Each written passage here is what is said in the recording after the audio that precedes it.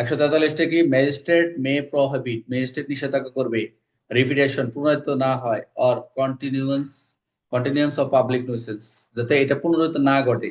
এই যে গণউপদ্রব বা গণউপদ্রব, আমরা যে 133-এ যে বিষয়গুলো দেখলাম, খাল বিল নদী, কোন স্থানে কূপ, অন্যান্য অনেক যে বিষয়গুলো ভবন, আচ্ছা, যাই থাকে কেন, এই গণউপদ্রব জনউপদ্রবের ক্ষেত্রে যাতে পুনরাবৃত্তি না ঘটে, এই যে বিষয়গুলো পুনরাবৃত্তি না ঘটে, এই অব্যাহত নিষিদ্ধ করার ক্ষমতা এটা কার রয়েছে? ম্যাজিস্ট্রেট। জেলা ম্যাজিস্ট্রেট কি করবে, বা সরকার জেলা ম্যাজিস্ট্রেট কর্তৃক ক্ষমতা তো কোনো নির্বাহী ম্যাজিস্ট্রেট কি করবে, যে কোনো ব্যক্তিকে এই পাবলিক nuisance থেকে পুনরায় করা যায়, রিপিট যাতে না হয় বা রিপিটেশন যাতে না হয়, চালিয়ে যেতে না যায়, কন্টিনিউ যাতে না, এই নিষেধাজ্ঞা করতে পারে যে আপনার এটা কন্টিনিউ করার সুযোগ নেই। পাবলিক nuisance এর সংজ্ঞা পেনাল কোডের বিশেষ আইনে নির্ধারিত। আমরা যেটা পাবলিক nuisance এর ক্ষেত্রে, সেক্ষেত্রে আমরা পেনাল কোড 268 ক্ষেত্রে বিশেষ আইনে নির্ধারিত রয়েছে। সহজভাবে আমরা স্টপ, স্টপ কি করে, রিপিট, স্টপ কন্টিনিউ। স্টপ রিপিটও করবে, মানে রিপিট যাতে না হয়, স্টপ কন্টিনিউ বন্ধ করবে, রিপিট পুনরাবৃত্ত করবে, কন্টিনিউ চালিয়ে যাওয়া বন্ধ করবে, ম্যাজিস্ট্রেট নিষিদ্ধ করবে।